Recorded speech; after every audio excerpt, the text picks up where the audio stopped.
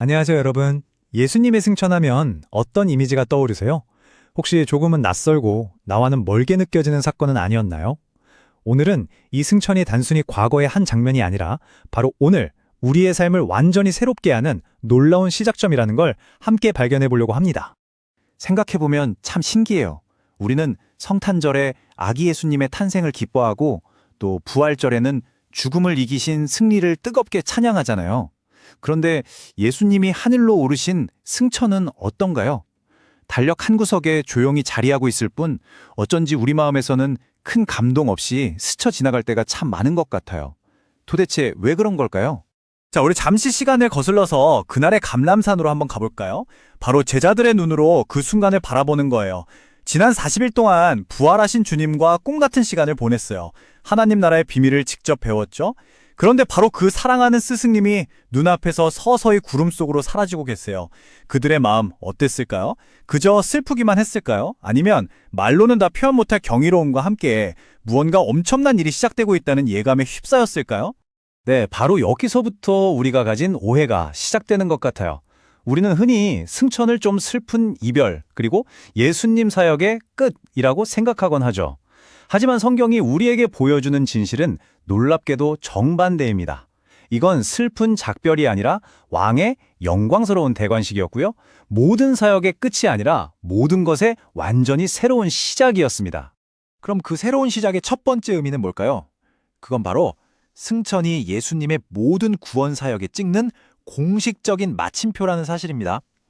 나의 미션은 완벽하게 완수되었다 하고 온 우주에 선포하시는 그런 장엄한 순간이었던 거죠. 히브리서의 이 말씀이 그 의미를 정말 잘 보여줘요. 예수님은 이 땅에 있던 성전의 모형이 아니라 진짜 하늘 성소, 그 자체에 들어가셨다고 말하죠. 이게 무슨 뜻이냐면요. 우리의 영원한 대제사장으로서 맡겨진 모든 임무를 단 하나의 오차도 없이 완벽하게 끝내셨다는 그런 선언과도 같은 거예요. 구원이라는 이 거대한 프로젝트를 한번 떠올려 보세요. 첫 번째 단계, 십자가를 통해 우리의 모든 죄 문제를 해결하셨죠. 두 번째 단계, 부활로 죽음의 권세를 완전히 깨뜨리셨습니다. 그리고 이제 마지막 세 번째 단계인 승천을 통해서 이 모든 사역 위에 하나님의 최종 승인 도장이 쾅 하고 찍히는 겁니다. 이로써 십자가와 부활의 승리가 이제 온 우주적인 승리로 공표되는 거죠. 자, 구원 사역이 이렇게 완벽하게 완성되었다면 그 다음은 무엇일까요? 바로 두 번째 의미, 하늘 보좌에서 시작되는 새로운 통치입니다. 승천은요, 진짜 왕이신 그분께서 마침내 당신의 보좌로 돌아가 온 세상을 다스리기 시작하셨다는 것을 의미해요. 에베소서 말씀처럼 하나님은 예수님을 당신의 오른편에 앉히셨어요. 여기서 오른편이라는 건 그냥 물리적인 위치를 말하는 게 아니에요.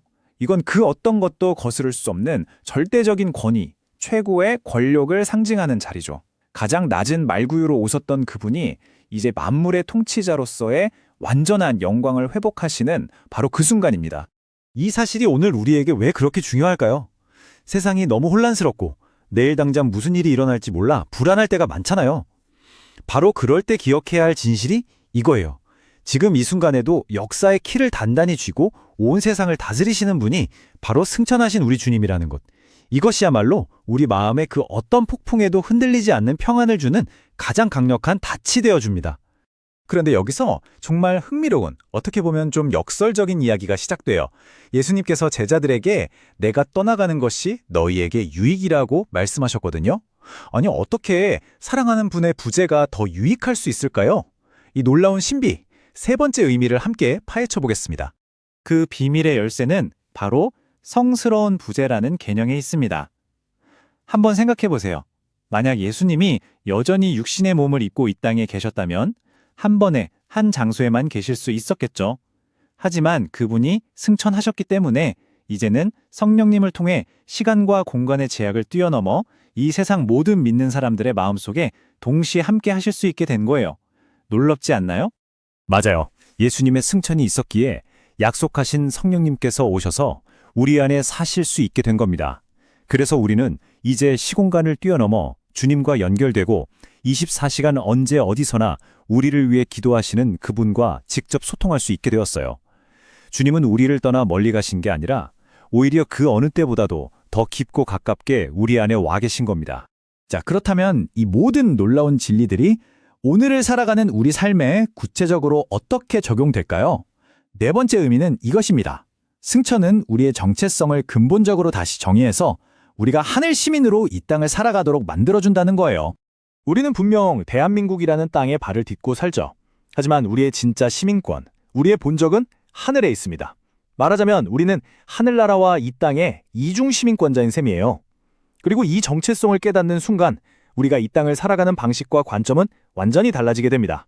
골로새서의 이 말씀, 위의 것을 찾으라는 말이 현실을 도피하고 외면하라는 뜻으로 오해될 때가 있어요. 하지만 절대 아닙니다. 오히려 정반대예요. 하늘 보좌에서 모든 것을 다스리고 계신 그리스도의 주권을 믿기 때문에 바로 이 땅의 복잡한 현실을 더 담대하게, 더 평온하게 살아갈 진짜 힘을 얻게 된다는 뜻입니다.